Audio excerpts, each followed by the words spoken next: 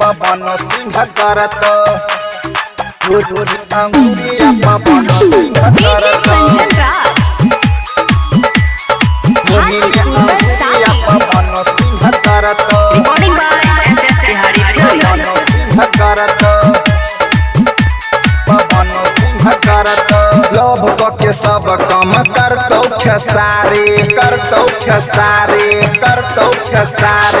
लोभ के सब काम करतौ खेसारी काटतौ निरहुआ लगबल ठलाली परम प्रेमी पतई पर पानी झारतौ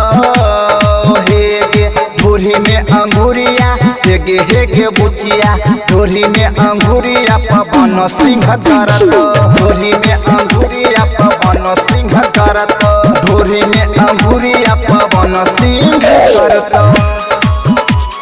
धोरी में अंगुरिया डीजे कंचन राज पवन सिंह करत हाजीपुर वैशाली धोरी में अंगुरिया पवन सिंह करत धोरी में अंगुरिया पवन सिंह करत अवधेश प्रेमी मिठू तोरा सतैतो बंशीधर मकई में बोरा बिछैतो कल्लू हटा के पल्लू जब सरकैतो बादल वाली अपना संग में सुतैतो कन्ना के रस समर सिंह करतो हेगे धोरी में अंगुरिया हेगे बुचिया धोरी में अंगुरिया पवन सिंह करत धोरी में अंगुरिया पवन सिंह करत धोरी में अंगुरिया पवन सिंह करत रिकॉर्डिंग बाय एसएस बिहारी धोरी में अंगुरिया डीजे कंचन राज पवन सिंह करत हाजीपुर वैशाली धोरी में अंगुरिया पवन सिंह करत धोरी में अंगुरिया पवन सिंह करत आलम राज के हो भी दीवानी कहतोगे जाइल दही जगह पेराने दीपक दिलदार संगे कुंजन सिंह गे इसलिए तो रानी तो हर चढ़ल जवानी मुनी लाल प्यारे छोरी चोली तो हर भारत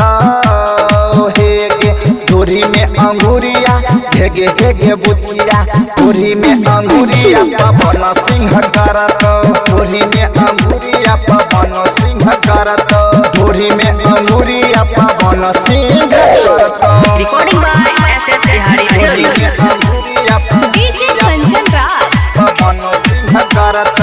हाजीपुर वैशाली धोरी में अंगुरिया पवन सिंह करत धोरी में अंगुरिया पवन सिंह करत दिया बुता के सचिन कर दे तो खेल गे सरवा लगे तो रानी करुआ के तेल गे राइटर प्रेमचंद से करे ने लगे बाबूल पवन कर दे तो रे लगे नीरज बेदर दी जगह पर खुट्टा डारत हेगे धोरी में अंगुरिया हेगे बुचिया धोरी में अंगुरिया पवन सिंह करत धोरी में अंगुरिया पवन सिंह करत धोरी में अंगुरिया पवन सिंह करत हेगे बात मान ले।